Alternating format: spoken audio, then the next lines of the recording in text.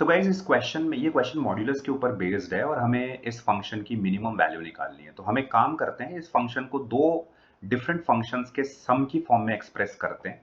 तो this function can be written as, आप देखो, मॉड एक्स प्लस, तो जिनके कोएफिशिएंट्स 1 है मैं उनको एक साथ लिख लेता हूं। So this is mod of x minus 2 plus mod of x minus 4 plus mod of x minus 6। ये एक पार्ट हो गया इसका।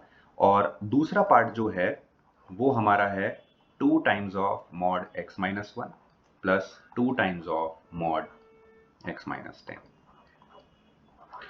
अब अगर आप यहां से क्रिटिकल पॉइंट्स देखते हैं तो इसके क्रिटिकल पॉइंट्स आ रहे हैं 0, 2, 4 और 6। Critical points are nothing but जहां पे ये वैल्यू 0 देगा, इसका रूट बेसिकली, राइट। तो ये 4 क्रिटिकल पॉइंट इसके, और इसके क्रिटिकल पॉइंट्स अगर आप निकालते हैं तो 2 हैं, एक है 1 और एक है 10, राइट।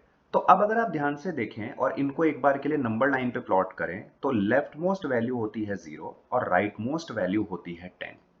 फिर उसके बाद में आपका आता है 2, then you have 4, then you have 6 और एक 1 भी है आपका, राइट। तो अब अगर आपको इसको मिनिमाइज करना है तो वो वैल्यू मिडिल वैल्यू होनी चाहिए। तो आपकी वैल्यू 2 से 4 के बीच में लाए करेगी। तो अगर इनके बीच में एग्जैक्ट वैल्यू आप लेते हैं तो वो आती है 3। तो 3 वो हमारा पॉइंट है, वो x की वैल्यू है जिस पे फंक्शन मिनिमम वैल्यू देगा। यानी अब सिर्फ आपको क्या करना है, x की जगह 3 पुट कर देना है। तो let's do it and let's solve it. So this becomes 3। Next, 2 times of mod of x minus 1. So this is 2 into 3 minus 1 will be 2. So this becomes your 4, right?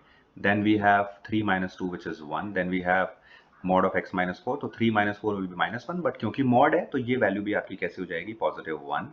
Then you have 3 minus 6. Minus का 3, mod है तो 3 हो जाएगा.